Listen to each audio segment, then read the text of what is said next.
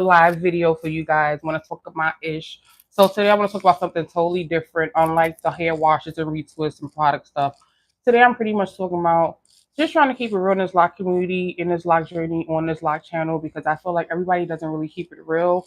And what I mean when I say keep it real, like a few weeks ago I said pretty much locks are not for the weak. So for me, I feel like there's a lot that's not discussed about locks. All the beautiful, polished, nice, pretty things are displayed and showed, but all the real tea is not necessarily shown. So some of the real tea I'm gonna talk about, I'm gonna focus on myself first. I did a lot of research with a lot of people that got locks, different size locks from freeform to sister locks to wigs to lock extensions, all kind of forms of locks. And one thing I've come across a lot, I will discuss in a few minutes. I'm gonna talk about me first. So thank you guys for showing up. It's early in the morning. I noticed, one thing I realized as I got locked in this journey is like you need creativity in this journey. Like it's hard to be on this journey and not be creative. Like you definitely have to be at a point on your journey where you need to be creative. When I say creative, like you have to get inspired and do hairstyles that are not traditional. You have to figure out ways to do your hair without assistance. You have to figure out ways to, you know, make it work for you when you don't want to spend the money on a retwist or you don't want to retwist your hair. Like you have to be prepared for that. You can learn it, you can reach out for support. You have to be a part of that life. Like you have to, like you really do. So that's keeping it real because again, I feel like people just show the pretty retwist, the bright colors, them being super long. Nobody really shows the struggle, and the struggle is really, really real. So for me, I just feel like I wish another thing. I wish I would have started a lot sooner. Like that's definitely a lot of regret for me. Like I wish I would have probably started maybe three years sooner, 5 years sooner. I feel like if I would have started sooner, I would have definitely, been longer in my locks, more educated possibly, and I would have more to discuss. And I feel like, I was just in my head because I was being insecure and immature and overthinking something I do too much. So that's another thing too. At least my third thought. Like I regret not educating myself on dreadlocks, locks, the history, the culture prior to getting locks because when I finally decided to get my locks, I didn't know what size I wanted. I didn't know what grid I wanted. I didn't know what look I wanted. I just don't wanted locks, and that's not a okay at all. So I wish I would have, did it sooner. I wish I could, thought about the creativity part early up in advance. And I also wish I would have thought about, what I said here. Got a little card. Probably educating myself. Like I feel like to this day I'm still learning a lot of new things.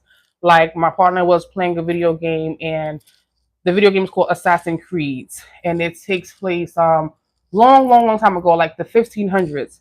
There was a character in the Assassin's Creed game on PlayStation 5 that had dreadlocks. A black man with dreadlocks. Mind you, the Assassin's Creed game takes place in the 1500s. Well, well beyond the time frame we acknowledge locks to be present, initiated, and started. And definitely, a misconception possibly, because everyone has a different thought about who started locks first. So that was a lock regret to like not being educated on locks, who started them, when did they start, how did they start, why did they start, the good, the bad, and ugly. Like I feel like I should have educated myself before getting locks, but it's all good because I'm still educating myself doing research now. But one thing I want to talk about next is all the people I've met on my lock journey, follow on social media, who follow me. And one of the things I see a lot of people say they regret, and this is a big one out there, but I see a lot of people say they regret combing out their locks. A lot of people regret cutting out their locks. Now, the two reasons why people say they regret combing out their locks and cutting out their locks is because once you fully cut out your locks and comb out your locks, you now have to deal with the lifestyle changes of doing your hair every single day. You can no longer wake up and go. You have to wash, condition, oil you part, go to the stylist, get your hair done. You can't just wake up and go. Unlike locks, I can wake up and go like this, put the scarf on, wake up the next morning and go out just like this, do baby hairs. I don't gotta do a whole style. So a lot of people said they regret it, they wish they didn't do it. And some people said, they wish they knew they could have saved their dreadlocks when they cut their dreadlocks off. They didn't know they could save their dreadlocks, and they cut their dreadlocks off and they didn't save them. And now they feel like they have to start all over again because they don't have the dreadlocks to reattach them. So I was surprised to see so many people say they regretted cutting off their dreadlocks. It wasn't what they wanted. It wasn't what they expected. It wasn't, the feeling they thought they was gonna have, and they were back to being a regular, loose, natural person, managing and maintaining their hair every single day, and that was hella annoying for people. So, if you with me right now, I want to know right now if you're live with me, how many sets of dreadlocks have you had? Are you on the dreadlock journey? Have you had multiple sets of dreadlocks? Let me know. I'm on my first set of dreadlocks, but I can definitely see getting additional sets for any reason. I would definitely do it all over again because the journey goes so fast, and I regret not appreciating and seeing so much of the journey. It just went so fast. There's things I feel like I missed, but that's another regret for me too. Like not paying attention to the entire journey. The journey just went so fast. It's just crazy. So again, jump in the chat right now. Let me know, guys. How many sets of dreadlocks have you had? Do you have dreadlocks? Is this your first set? Hi, Kabul. USA. Hello, how are you? Another thing too, if you have locks, how long have you had your locks? I'm on year 5, approaching year 6. I'll be 6 years locked in May of 2026. So if you're locked, jump in my comments right now. I would love to know like how many years do you have under your belt with your dreadlocks? Did you just get it? Are you in your baby starter stage? Or you a pro out here, a senior out here, and you just been whipping your hair forever because you've been locked? I don't know. Let me know. I'm interested to know. But yeah, a lot of people say they regret cutting out their locks and combing out their locks. And a lot of people comb out their locks and cut out their locks because they get overwhelmed, they get frustrated. It becomes a lot to manage, a lot to deal with, and they're just not mentally prepared for that. And they say, I want to start over. I want to cut off my locks. They say they want to comb them out. And as soon as them locks is combed out and cut out, they regret it. They are upset. I just seen a TikTok lady cry on TikTok and started her locks all over again the very next day because she was unsatisfied with her locks. It was funny watching her video, but not funny. She was saying, when I shake, there's nothing to shake. Nothing shaking with me. And again, as a lot of people, we love that shake where the locks just start swaying. We love to do that, makes us feel good. So a lock regret. So these things let me know. Don't comb out your locks. Don't cut your locks. They fall out. That's something different. But don't pull them out. Don't comb them out. Like let them do what they're supposed to do. Like stay on the journey. Stay focused. Another thing I want to ask you guys too is, do you have some of these same regrets if you have locks? Like, are you complaining about the same things?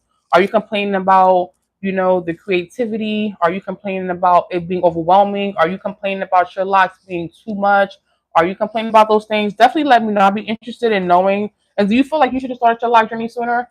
Because I definitely feel that way, but maybe you don't feel that way. So jump in my comments, let me know, like, how do you feel? Um, Another thing I found out too, like going on social media doing some research, is a lot of people regret the lock size they chose. So for me, again, when I started, I wasn't really educated. I just know I wanted locks. I didn't know what size I wanted.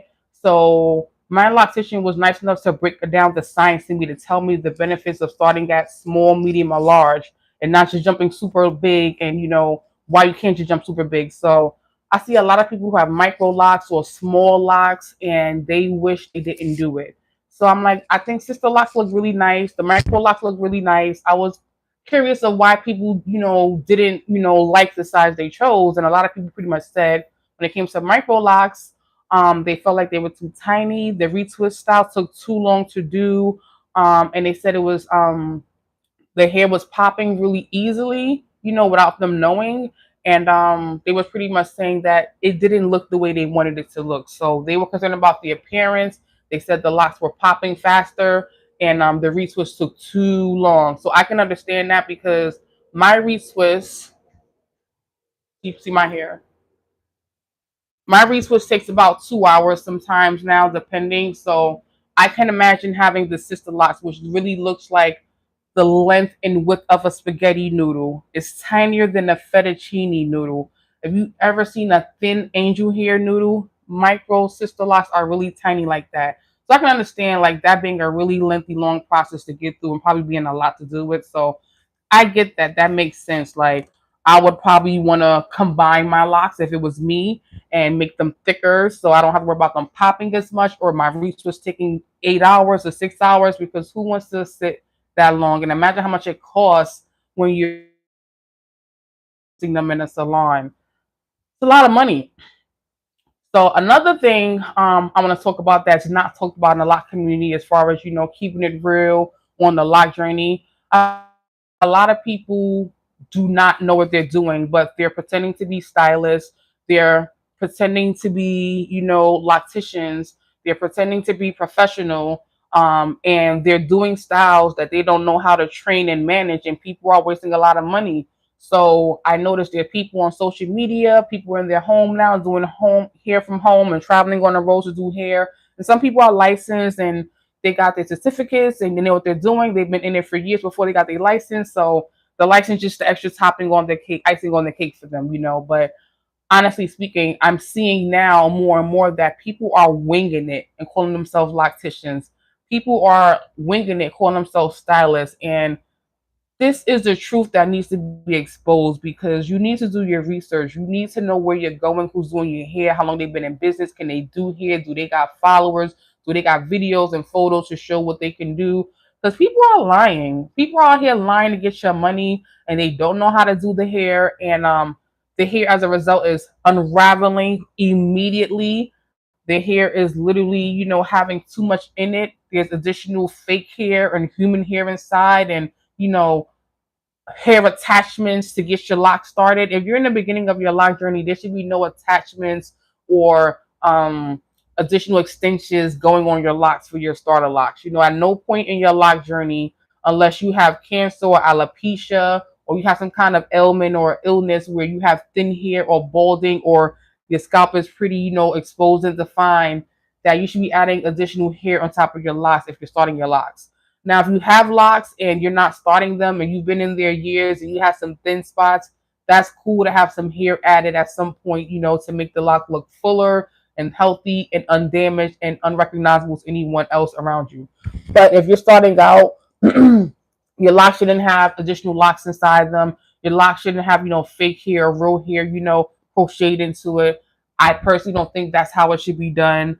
My loctician told me it shouldn't be done like that either, unless you have one of those situations where you already don't have a lot of hair to work with, and it's helping you out in the appearance to make the look like it should look, and it may not look like that because of your situation, your appearance, whether you have alopecia, cancer, you just have thin hair, or you have balding, whatever it may be. So a lot of people are, doing these untraditional techniques or non-traditional techniques and calling themselves locticians and stylists, and they don't know what they're doing, and they're charging people a lot of money. So beware of that. In Atlanta, I hear retwists go for $600 minimum. Maybe you'll get 350, 450, but just for a retwist. So that's a lot. And again, if you're dealing with somebody who doesn't know what they're doing, that's a ripoff. You're being great, you're being taken advantage of, you're losing money, and that's kind of not cool. So educate yourself when you decide to go to new styles of loctician or somebody on social media, because sometimes it looks good, but the grass is not always greener, and they don't know what they're doing, and you're wasting money. You're not getting that money back. So I'm learning people are regretting the lock journey because they had bad experiences. They went to the wrong loctician or the wrong stylist, or they paid too much money, or it's just not making sense for them, and they're pissed off because they didn't educate themselves to know what should be happening, what should not be happening, and what you should be spending, what you should not be spending, and people just are being taken advantage of, and it just happens to happen that way. Again, if you're still here with me in the video right now and you're still vibing out, definitely make sure you like this video, subscribe to the channel, and jump in my comments. Let me know anything you want to know about. And also, let me know if you think I should do a part 2 to this, because there's a lot to be said about the truth about locks and what they don't tell you. And again, everybody not keeping it real out here. So just want to put that out there. Like, if you know, you know. A lot of people have regrets because they had a bad experience. So have you had a bad experience, are you like thinking about cutting off your locks or combing out your locks, or are you on your second or third set of locks? Like, let me know in the comments. I'm really interested to know. Another thing I hear about too, people regretting about their locks, that I don't see a lot of concentration, saturation in the YouTube and TikTok market for, but it's a thing. A lot of people are regretting their dreadlocks because they're noticing things they didn't think would happen, such as the buildup. So what is buildup? Buildup is pretty much when you have a lot of product in your hair from not washing it out properly or correctly, or on being unable to wash it out properly correctly. And you'll probably get the buildup from using butters, curling butters, twisting creams, or butters and creams, butters and creams like hair creams, hair conditioners, hair twisting, go-to supplies. Like, you need to be careful, and I feel like no one tells you that. Like, no one tells you on a lock journey that you should stay away from butters and creams and go more towards gels. So the reason why people are regretting their locks and they're doing using butters and creams and not gels, because at some point, by consistently using all these butters and creams, butters and creams, your locks literally start to get embedded with lint and these white dense dully spots that are really, really hard to take out of your locks. And it frustrates people because it makes your locks appear dirty when they're not. And it's an eyesore for some people, and they just really hate the fact that for some reason they can't get rid of the buildup. Hence, when comes in, get the apple cider vinegar detox. So that's another truth I want to reveal to everyone too. Like, I don't feel like everyone needs an apple cider vinegar detox. I feel like people that are using those butters and creams on their hair very often, monthly, yeah, you do. Or people that's not washing their hair a lot, caring for their hair a lot, yeah, you may need to. But if you're using gel-based products to do your retwist and wash and condition and maintain your hair, I feel like you probably don't need a detox. But to each his own. Let me not discourage you from getting a detox. You can definitely try a detox if you want to. But I do see and I'm meeting people that regret their dreadlocks and want to start all over again because they have so much lint and build up in their hair that they're not satisfied with their hair and they're upset and they want their hair to look a certain way and it's not looking the way they want it to and they're frustrated. And rightfully, when you decide to get dreadlocks, you want it to look a certain way, be a certain way. You have a vision for what you want to get. And when that vision doesn't connect, it can be frustrating. It can be like, okay, I don't want to do this anymore. I want to start all over. So again, if you're new here, make sure you subscribe to the channel. And if you're not new here, please make sure you share my video. So next up, I want to talk about, how having locks may, have people treat you differently. So if you know, so far, I want to cover my experience. I feel like I've had positive experiences with my dreadlocks. I haven't had negative experiences, but we know people out here have negative experiences with their dreadlocks. So let's just jump into it. Colorism, classism. I personally feel like when people have dreadlocks, it's not frowned upon unless your skin tone and complexion looks a certain tone and hue and complexion. You feel me? So I feel like, again, we have Asian people, we have Caucasian people, we have African American, Jamaican American, we have so many different races and cultures of people that have dreadlocks. I feel like for certain reasons, there's only one classification of people with dreadlocks that gets stereotyped. Not everyone. You catch my drift? You catch my drift. I don't want to make it, you know, like a hate crime kind of conversation because it's not, but I do feel like there's a stigmatism with people of different backgrounds with dreadlocks. I feel like the people of African American descent, brown or darker tone, earth tone people, they have it worse than the lighter toned people. But that's just my opinion. I don't have any factual statistics to back that up. That's just from what I see in my walks of life. But let me know in the comments if you feel differently or if you want to add something to that. Let me know. I'm here for it. Would love to comment and going on that conversation. But let me know. Classism, I feel like, again, I don't feel, but I do feel we got the Jay-Z's, we got the Lil Wayne, we got the T.I., we got the T-Pain, we got so many people with the locks in the industry, but they're in a certain limelight where it's okay, it's passable because they're at a certain level in stature. It's okay for them. But I kind of feel like it ain't okay for everybody. Certain people do get discriminated against. Certain people do get, denied promotions, denied opportunities because of how they decide to wear their hair. But again, there are rules out here such as the Crown Act that says, you should not be discriminated on anyone because of how they wear their hair. Look up the Crown Act on Google. It's the real thing. Students and kids in school and people in works and places of business cannot be denied job opportunities or entry or equal opportunity or access to anything because of how they wear their hair. And it doesn't have to be for cultural purposes either. It's just a personal thing. It's called the Crown Act. So definitely look up the Crown Act. And again, I feel like another thing that you don't hear a lot about on the lock community, on the lock journey, which is really, really important, is that ugly middle phase of the lock journey where You don't have starter locks. You don't have mature locks. You're right in the middle, and your hair is just uncooperative. I feel like nobody prepares you to know how to deal with that and manage that and get by that, and be able to feel not pretty. They just call it the ugly phase, but I feel like sometimes ugly phase can come in different phases.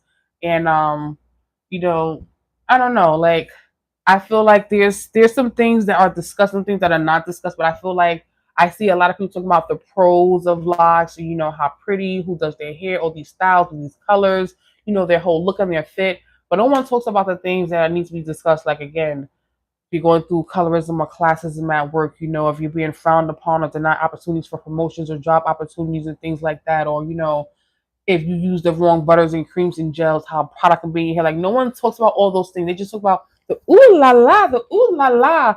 And I don't lie, I kind of fall into that trap. So I talk about all the ooh la la for so long. But now I want to talk about more deep directive conversations that are not about the pretty nitty things. I want to talk about the realism things. And again, the realism is that there are some dark parts to this life journey that are not necessarily dark, like negative or bad, but can be if you're not educated. So that's what I got for you guys today. Thank you guys for popping through. Replay game, do your thing. Let me know in the comments again if you can relate to any of these things. It was great talking to you guys. Shout out to all my new subs, my day one subs. I'm out of here and have a great afternoon. Hope you guys are being safe and well. And we'll chat soon with a new live video. But definitely jump in my comments. Let me know what else you think about this conversation. Bye. And thank you, Kabul and USA. Appreciate you. Bye.